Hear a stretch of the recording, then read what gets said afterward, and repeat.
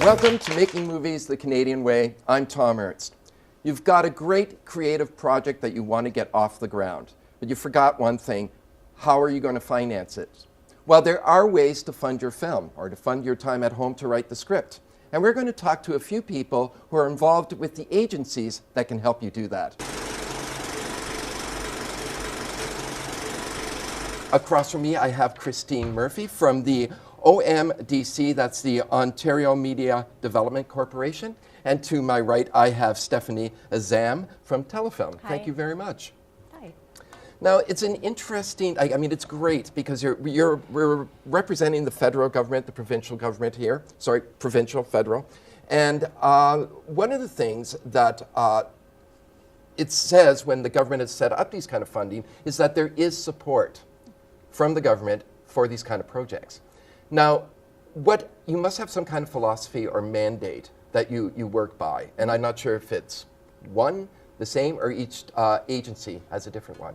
So for the Ontario Media Development Corporation, which is the OMDC, we have a mandate to support creative industries in Ontario. It's that simple. And as an economic development agency, we help companies grow their business. So we help film producers make films. And I should say the OMDC, in addition to film and television, supports music, publishing, and interactive digital media. You know, we're talking about film tonight. That's true. We are, but Yeah. I think people Yeah. would be interested in knowing that there is a wide span of things you can Yeah. apply for authors, songwriters. No, not authors? So as an economic development agency, we're focusing on those businesses. So we're focusing on the producers and those companies that are creating the production, that are employing those people in front of and behind the camera. So we're growing businesses in Ontario. So the directors, the writers, all part of that ecosystem, but our support drives towards the producer. Mm-hmm. Stephanie, how does that differ from Telefilm? Telefilm also has an official mandate, which is to foster the development of the Canadian audio-visual industry. And we do that by providing development funding, production funding, marketing funds for feature film. We also support international festival travel and presence at international festivals. We have a talent promotion mandate. And we acknowledge that, you know, the work that we do does contribute to the economics, the GDP and so forth. Mm-hmm. But ours is more of a cultural mandate than an economic mandate. That's interesting, Yeah. because you were very precise to say Yeah. economic in the title of your... Well, and I think that's why they complement each other. So we often work together with Telefilm, and I should say, of course, that OMDC provides development financing, production financing, marketing, very similar to Telefilm International. So it is an economic mandate, but it's in a creative industry. And you can't separate out the creative. We're focusing on the economic, but a great story is an economic driver. That's what audiences and distributors go to see. So they come together. Our emphases are just slightly different. Mm-hmm. But as you say, Yeah. that slightly different emphasis is probably makes for a very good relationship, Yeah. or a very good partnership. You know, Stephanie, you reminded me of something. How long has Telefilm been around? It's our 50th anniversary this year. Then absolutely. I got funding to go to Sundance once for a film I made. Is that right? I forgot about it until this very moment, and you said that. So yes, even I was able to benefit from it. And I wondered at the time, the creative process, you sometimes think that people that are gatekeepers of finances of sorts may not have the same sort of creative process or creative thought. But you talked about creativity, and I'm wondering if there is an aspect of understanding art as well in your position and in your job. Well, it's as you said, a creative industry, and the decision makers, and I would say just about everybody at Telefilm, tend to be, you know, creatively inclined. And we absolutely acknowledge that, you know, that we're talking about art. We also acknowledge the business side of it. But as far as the decisions that we take, they're very much based in many elements, track record of the team, and we look at things like marketing plans, but the meat is always going to be reading the script and getting a sense of the director's vision, and that's really important. But it sounds like you're looking at the whole package Yeah. then. So nobody just sends you the script and says. No. So No. in my intro, I talked about staying at home and funding your time at home to write the script. That's just wishful thinking? Not necessarily. So in development financing, we're working with a producer that's coming in with a package and saying, here's a treatment of a script. There's different kinds of development financing. So you're supporting the producer, who in turn is working with a writer. So yes. Okay. But I found it very intriguing that you said you put marketing in that too. So someone has to come to you almost with a complete business plan. For production funding? Mm-hmm. Yes. Okay. There are 6 elements that we look at, and they all feed into whether we make a decision to invest in a project or not. At the lower budget level, we're not expecting the same, say, bar on certain things. For instance, on bigger budget projects, we might look at what kind of market interest is attached to the project, international, Canadian. We don't expect a lot of market interest on a $300,000 film, first-time filmmaker. Our objectives are a bit different. We're talking about talent development, and if we're lucky, that is going to feed into our audience objectives. But we're not necessarily counting on it for low budget. So we weight them differently, but we're always looking at everything. And if someone comes to you with a $300,000 budget film, they shouldn't expect to get the $300,000 from one agency. I mean, that's just a start. Technically speaking, we'll fund up to 49% of a project. So no, they shouldn't expect. We have one program that acts more like a grant and will fund 100% of a micro-budget film.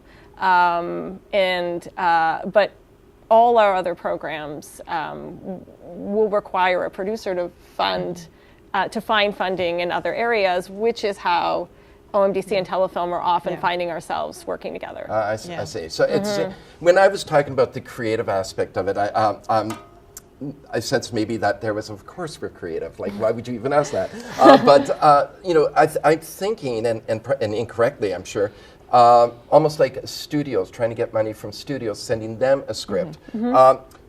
So if I've written a script, and I've sent it to someone for approval, I think I'd like to know what credentials that person who's judging my script has, without getting particularly detailed or even confrontational. It's not meant to be, but what kind of artistic background is required of people who work in your organization?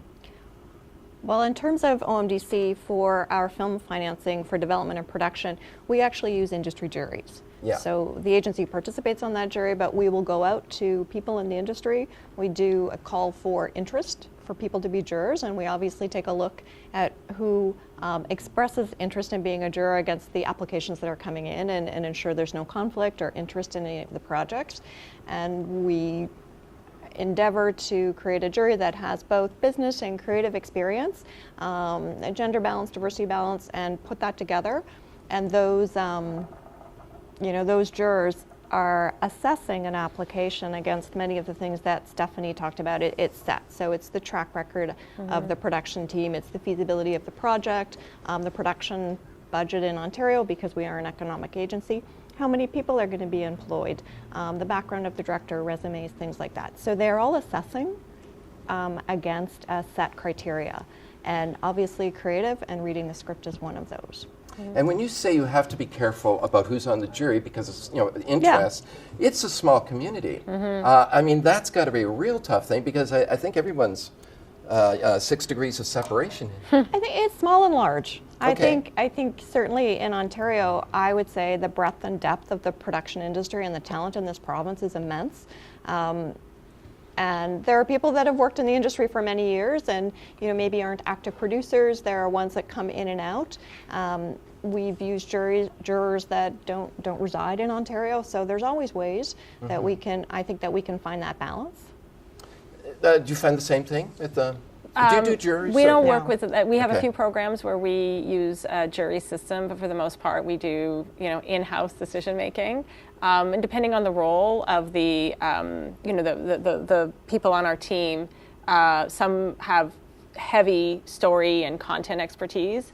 I don't necessarily look for an education in film. That's nice, but everybody has worked in the business. I personally came from in distribution, which is, I'd say an interesting angle to look at films, particularly the national films that I'm overseeing. But everybody knows the business really well. And they've got, in my opinion, I would say they have a lot of respect in the industry. So, you need that. Yeah. You need that. I'm curious, what distribution did you distribute? I worked in, I got my film education in New York City for Zeitgeist Films. Zeitgeist, yes. Started working there in the early 2000s and worked in their marketing department. And your background? My background, I don't have an education in film. I worked in culture policy and government for many years before I came over to the agency, but have spent the last 10 years overseeing our film funding. So have read and learned a lot about film financing and scripts and distribution over the years. Because I asked the question because I do think there might be a perception of people from people out there that, as I said, sort of studio heads and what do you call them? Not penny pinch. No. Anyways, people Pencil that looked pushers? at something like that. It was nicer than that. But the gatekeepers of the film, they don't understand the art of cinema. But that's absolutely not true. Then. I think it's an incredibly tough business, and I have the hugest empathy and respect for filmmakers. I think finishing a feature film in Canada is like putting together a puzzle where the pieces keep moving and then all of a sudden it goes. And because we have criteria that are public, we are always willing to talk to filmmakers that we're not able to support. And of course, we have limited resources. Yeah. So there's always going to be projects that you want to fund sincerely and you can't. That's going to be heartbreaking. It is, and it is for us, and of course it is for the filmmaker. I'm not minimizing that, but we're always open to give feedback, to talk to people about how they can maybe do something differently next time. So there is a way that to fill out your application or your proposal that will catch your eye. Are there secrets we should know? I don't think there's secrets, and we aren't secretive. We're actually very transparent with our application. In the application and the guidelines, we tell people how we're going to assess them, and we list the points that we're going to give for each criteria. There are no secrets, and we're happy to explain that. I think read the application, read the guidelines, answer the questions as they are posed. We are not trying to trick people. We truly, if people are putting that effort into an application, I want their time spent wisely, and we want our evaluation time spent wisely. So no, there's no secrets. Read the application, ask questions. If you're not sure, call. It's our job to help you understand that. Is there an opportunity? To come in and talk? Absolutely. If they've been turned down. I was even going to mention that in our process, people come in and pitch their project. Yeah. So in person. Yeah. By appointment, or is it a event, or? I mean, it really is. We have an open door policy with our clients, and all year round, people are coming in and talking to us the projects, talking to us about the projects that they're bringing in. There's a formal pitch where people come in with their distributor, with their director. Then there's sort of a less formal follow up, letting you know where my project is at, because we have funding constraints. I mean, there's limited funds, but there's also the timing of the funds and the fact that we have to manage them responsibly, cash them out at the end of the year. People want to check in and let us know when their project's coming in, is there money left, this kind of thing. So we absolutely are doing that all year round. And frankly, the scrutiny that you talked about, I think it's important. We're managing government funds. We have to be transparent, and we have to be listening and adapt and change. And you know, we make the guidelines, but we do that in consultation with the industry, and we want to know what people are thinking. And everyone's entitled to their opinion. And like the OMDC, we'll always sit and talk to you, you know, and talk about you know, the application if you've been turned down, and how you can improve it. It's never a never. Yeah. Are there seminars? Like, do you organize seminars? So at OMDC, we always have what we call information sessions. So anytime there's a deadline to apply twice a year, so whenever those open up, we do information sessions, and anybody can come to those. It's a good idea. Yeah, it is. You should totally you do don't it. do that. Well, there you go. And we also invite people, as Stephanie said, ours aren't formal pitches people, but we tend to send out a call and say, do you want to come? Hey, we're here all the time. Do you want to come and talk to us about your project? And the trigger of the guidelines going out seems to, you know, elicit a little bit more of a flurry of that. I would say applications coming in, generally speaking, we've spoken to the producer, we've spoken to the filmmakers. If we haven't, sometimes those applications aren't as strong. So if you are applying, I would encourage you to call, and we can absolutely talk to you, not the hour before the deadline, but, you know, in good time. I think that's great. I think one of the things I think people are, I wanted to say at the opening, and I thought, well, maybe I'll hold it off for a little while, is that something to the effect of you're doing good, you're giving money to help people make their projects, and for a lot of people, making film is a dream come true, something they maybe always thought would not happen, and then all of a sudden they get the funding and it can. But there's the aspect too of no good deed goes unpunished, and people can be, you know, critical. I remember a few years back, Ginger Snaps. Which was funded by Telefilm, or? It's before my time. Okay. It was before my time too, but I know And the clearly not province before wasn't. mine, so. The province was Telefilm. involved in it, but I wasn't at the time. It turned out to be a wonderful movie, and but the preamp to it was government money going to a horror film, which is you know, and I remember thinking at that time, well, why wouldn't it go? I mean, a film is a film, and does it have to be of a certain genre? Does it have, you know? Obviously, there's probably some certain criterias that it has guidelines it has to reach under, but it's open to all genres, right? Yes. Yeah. In fact, we welcome it. We have among some of our portfolio objectives, we are looking for genre diversity. We went through a long period in Canada at Telefilm where we were heavy on dramas, and we actively, you know, worked on developing more projects in other genres, particularly comedies, where you know, we all said, even, hey, you know, Canadians are funny, we're known to be funny, we should be doing more funny stuff. And there was a real push in development and in production to balance that out. It's not so much of a problem anymore.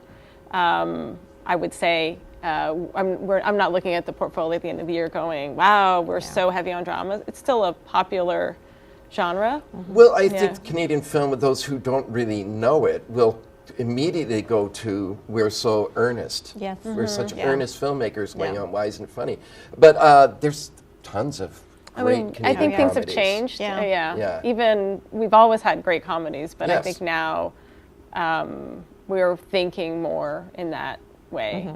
Definitely. You know, I see a real rise of really great young filmmakers now. And I wonder if there's sort of a change in atmosphere. Is it because, you know, we've put more emphasis on film education now? I don't, maybe I'm talking out of your realm here, or your interest even, but there does seem to be better scripts, better filmmakers, and even a rise in recognition of Canadian cinema. Agreed. Yeah, I think it's a maturity of the audience, of the industry. Oh, but I like the audience. It is a maturity of the audience, isn't it? I hope so, yes. And I think the more Canadians see Canadian films, they don't realize that they are, or they're pleasantly surprised. I mean, currently in the theaters now, Maudie's screening. Oh, it's a beautiful film. And it's an amazing film. And it was an international co-production with Ontario producers, East Coast producers, Irish producers. So Ontario was involved in that project. It's shot in Newfoundland. but a wonderful story. And I think, those are the kinds of stories that we do want Canadians to see.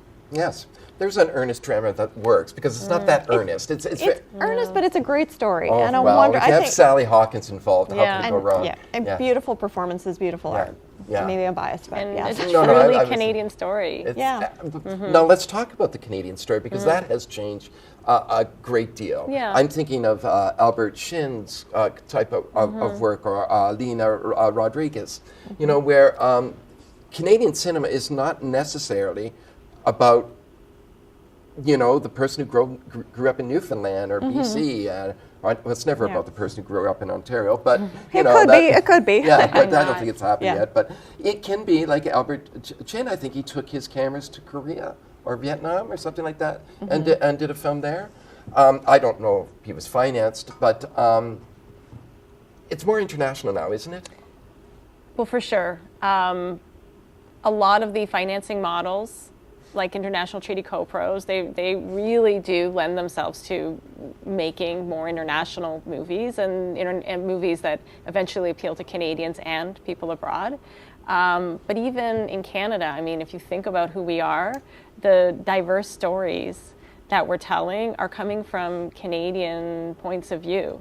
So really, in the 9 years that I've been here, I've noticed a huge decrease in the projects that come to us telling me how Canadian this movie is and how important it would be for Telefilm to fund it. People aren't thinking that way anymore. And they're thinking about an international audience as well as a Canadian audience, and I think that's important. Well, certainly from an economic perspective, Sure. that's got to be. But wasn't there a period where we were trying too hard to be American films, and that we'd sort of lost our own identity in that pursuit? I can't speak to that. I would say on the domestic financing side, no. I think Stephanie's made a good point. There were more of those, Canadian coming of age stories. Some are great, by the way. Oh, well, like Sleeping Giant. As I was saying Yeah, that, it's one of my favorite films. But I think we're seeing more of a global look. But that's also because Toronto, Ontario is a very cosmopolitan city, and there are people here from all over the world. Canada is a small domestic market. We are a small country by population, and these are global businesses. So in order from an economic mandate to be successful business people, you have to take your product and your financing and your story out into the world. And we can be critical of things, decisions passed, but I think that I guess I would disagree with you. I would say that we were trying. You said something about the films trying to be too Hollywood. Oh, too Hollywood. Yeah. This was a young industry and facing scrutiny and trying things. And I think that the fact is Telefilm, producers. I think they were trying new things and they learned from that. And this is how we've come to a place where we're making English language films that are being nominated for Academy Awards, 2 in 1 year a couple of years ago. So a huge accomplishment. And not every film we're going to invest in is perfect, is going to be perfect. And but I think that as the industry matures, we're going to get further on more films. And I think to your point about Hollywood, the one thing also to remember in Canada, we have a lot, I know we're talking about Canadian film, but there's a lot of foreign production that takes place in Canada. Yes, I think there's actually a really positive synergy between those two entities. Many regions, Canada, Ontario in particular, has very competitive tax credits, and those U.S. productions or foreign productions provide, great experience for many of our crew and talent, and I think some of that maturity is also, it's moving between both domestic and service. So I think it's actually a really healthy balance. Right. I think by my concern or thought was that I enjoyed the films that told a story that wasn't trying to be big and glossy and fun. Yeah. I could name a film, but that I think did that incorrectly, but I won't bother because because we're not being critics right now. But the idea that we can make a sleeping giant, and it can play global. I mean, we hear all the time, a Canadian film can't compete on the global market, and when's that going to change? And how could that change? I guess I disagree I with was that. going to say I don't agree. Okay, Yeah. good. I'm glad to hear it, but I've been told that constantly. Almost immediately after, we'll never have a star system. But then we have guys like Adam McGoyan. We have like Andrew Cavino, who did Sleeping Giant, just one film, but Right. he's known now. Exactly. And I think there is an opportunity for that, but. And I think maybe when we talk about films being maybe globally successful, we may be using the metric of our neighbors to the south and looking at studio films. I think in the independent space around the world, Canadian films absolutely compete and are enjoyed, and there's great audiences for them. Well, I'm really glad to hear that. I'm glad you both disagree with me on that. What about the stage of your career? You spoke of not your personal career, the filmmaker's career. The stage of someone's career. You spoke about track records. What about? I'll give you 3 examples. What about someone starting out? And that sounds like, let's say we got someone from Regent Park who may economically or even culturally not think that they're capable of getting funding. Yeah. And to encourage that. So what kind of programs are in place to deal with those kind of things? A few years ago, we specifically designed a program for new filmmakers, first-time filmmakers. I referenced it earlier. It's called the MicroBudget Program. Normally, we would finance a portion of the full budget of a film. In this case, we wanted to make it really easy. Take $125,000 and go make a movie. If you can raise more, great. We didn't want them to exceed $250,000. Some do, most don't. And go try something. The projects came in. They had scripts, but they didn't send us the scripts. They sent us video pitches. They sent us their short films, their past works. They were coming in from our partner schools. So we had film schools across and co-ops, where geographically we wanted the country well represented. There wasn't film schools everywhere, so we're using film co-ops as well as partners. And they're taking in projects. They're giving us the one they think is best, and we decide from there. And generally speaking, it's about 12 to 15 films get funded per year in this program.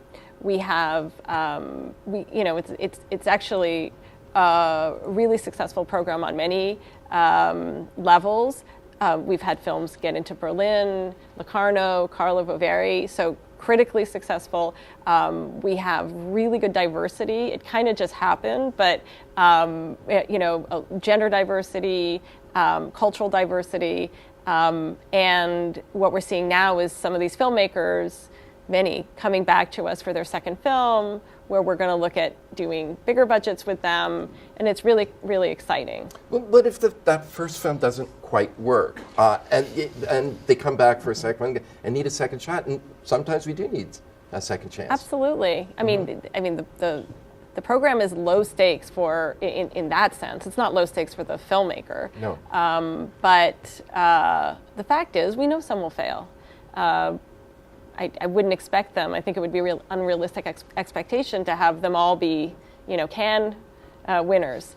Some are going to fail, and there's different kinds of failing, of course, but you don't necessarily get just one shot. And this is part of the relationships that you build, your producing team, your as a filmmaker, which you're referencing in this case, a director. A winning strategy is to surround yourself with people that are going to help you get to that next level. Yes. A film producer, in the sense that OMDC is looking at production companies, we generally do the same. We relate to companies, not individuals, for most things, and that's a really important element in terms of getting yourself to the next level. Right. I'm thinking of a film recently that didn't get to Sundance, but got to Slam Dance, then end up winning at Dim the Fluorescence, I think it's called. And then I got a copy because people send me these things, and was knocked out by the film. Although you could see the extreme low budget, the kind of passion work that went into it. So this is somebody that's just starting out, and I don't know if he got funding or not to help him with this. I don't remember the end credit sequence. But this is somebody who might be a DIY filmmaker like Valerie Bahagia or Ingrid Veninger. These people who really just go out and do it themselves. Some of them are in mid-career. The two women I just mentioned. Yeah, Ingrid for sure. Yeah. Ingrid and Valerie. Yeah. And what do they do? What is about someone who's, or with this new sort of changing climate for producers? And well, I mean, Ingrid is I mean, she's a force. She's an entrepreneur, and she, we fund her. We funded several of her films, and we think the world of her. And she incorporates a single-purpose company, and she has her own production company. I mean, she does that all. She does it all. So she's not exclusively focused on directing, let's say. No, and she's also someone who, it's kind of everybody is part of the party, and with her films, absolutely, her family, sure. etc. I mean, but there's something where you look at a script, maybe one of Ingrid's, and just go, "There's not a script here. There's a scene," because they all seem so spontaneous. I went off on a little sort of Ingrid Veninger, she's great. I think she's fantastic, and a lot of other people. But there is a changing climate with television, particularly, where we're going to see a lot of people my age trying to find a second career or trying to find a second breath for what they do, producing, etc. So let's say someone like, and I'm not, so you don't have to, but let's say I did have a script and I did want to make a movie. I'm 59, I'll be 60, next year, but close enough. Is there an opportunity for someone like me? Sure. I mean, from OMDC's perspective, because we're more in the economic development realm, first-time producers can come in. We'll take a look at them, but what we require is that they have an executive producer that's produced before. So one of our criteria is that a producer has completed and released a theatrical feature. And if they haven't, if they can find a mentor, someone who will come on board as an exec producer, we're happy to take a look at that. And interestingly, I would say the filmmakers we work with have been incredibly generous, and we've seen a lot of really interesting first-time filmmakers that have benefited from that exec producer role, that mentorship from, I think, tremendous people in the industry. And that, for me, that's lovely to see that come through, because of the way we're structured, because of our limited funds, we do want some experience there. And for us, that's another way to bring along those producers. They're not as micro-budget. We don't have a micro-budget the way Stephanie does, but sort of after they've done their micro-budget film and maybe gotten one from Telefilm, even before their first feature, they can work with an Ontario producer. So you could do that. You could find a producer in Ontario that would come on board as an exec age, producer. We don't look at people's age. We tend to, in general, equate, emerging filmmakers with being young, but I actually don't necessarily think... We're seeing more filmmakers moving in and out of interactive digital media right now. So well, your careers are changing too. Oh, sure. Your landscape is changing. Yep. I mean, do you have to now open up to sort of online films, digital series, all these things that weren't part of your organization 5 years ago? Well, from OMDC's perspective, because we work in different creative industries, we work in interactive digital media, I do that with a different hat on a different day. So we're seeing an increase in web series, and we're seeing a lot of cross-talent between, we call it screen-based media. So whether they're film or television or interactive, it's all about the screen, whether it's a big screen or a small screen. Yeah. The MicroBudget program I referenced actually was designed for films to ideally reach their audiences on, less conventional platforms. That's what we wanted. We wanted to experiment in that. And the truth is that, films can still go to film festivals and play in theaters. We're not saying that's not allowed, but we look to success on other platforms, and we think that's okay. It's not a requirement anymore to play in theaters. Other programs still reference the theatrical nature of the films we want to fund, and we recognize that's changing, and what we refer to as a theatrical now isn't quite what it was. It could be Netflix. Well, at this point, it's a really good question, and we're taking a look at that, and obviously, we have guidelines, and we hear what the industry says. But what we're also looking at is how are people marketing those films? Because that traditional, distribution models are great, and distributors work very hard. You need to be out there and be your own advocate for your film, and whether that's social media or other platforms, that's really important. So it's both. It's both how we market a film and how we consume a film. It's all changing. So being a distributor before really helps you out in this position. From what? Yeah. No. Certainly, absolutely. It was absolutely, and I worked in independent films. Canadian films they're independent films, so it's very, very similar. And distribution, it's all about reaching audiences. This is our most important goal, is making great films, but we want people to see them. So I'd like to sort of talk a little bit about diversity again, because you don't look at age. Are these applicants, I just want to word this properly, blind application forms? Like, do they send it in without race, age on the form, so that you just see the material? Or do you know who's sending it? We would know who's sending it. With respect to a production company, there's going to be a name on it, but we don't ask those questions. No, okay, yeah. So in that way, it's blind. Well, we recently, there was a legal issue, because we wanted to be able to look at those factors so that we could ensure a more balanced portfolio. Legally, it was dicey, but we've now, managed to figure out how we can request that information. It's optional. We encourage people to declare it, because we've made a promise to get to gender parity by 2020, and we can only do that if we get women-led projects and if they're declared. So it's actually very exciting. You can also do that by just having certain, like a women's film funding platform, could you not?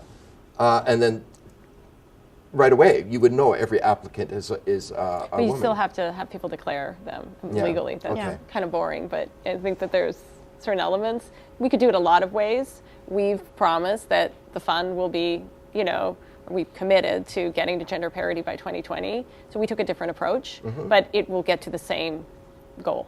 And of course, with each different government coming in and out, your funding fluctuates then too. I'm going to assume, and I think this is a safe assumption, that the present government is a little more sensitive to the cultural. I was just which government? So I would say they both are. Yes, absolutely. The Ontario government's been tremendously supportive of creative industries in general, whether that's through tax credits or direct funding or overall support, and I would say personal interest. The Minister of Culture in Ontario is incredibly interested in the industry, so that's great. It's still the same man, isn't it? Oh no, it's Minister McMahon. She is from Burlington. Okay, yes.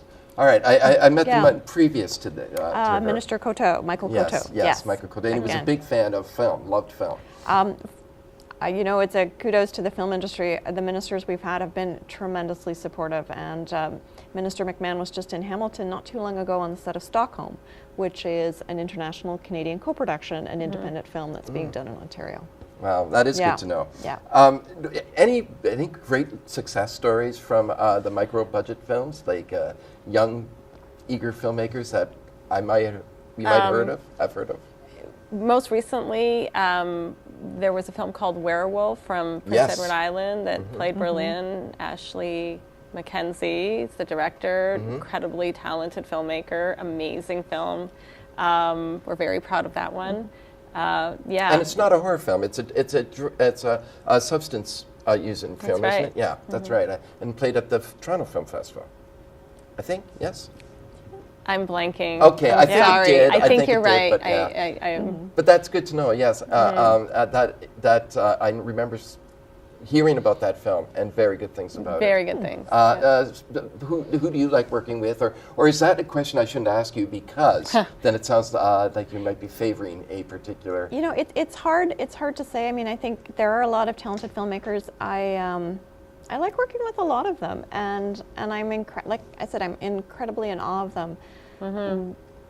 Sorry, you know what? I can't pick one right now. I'm sort of blanking too. I think that's probably good because there's a lot of great filmmakers, and we like them all equally. That's good. That's a good point. Well, you know what? I like both of you equally. I love your funding organizations, your economic development agency.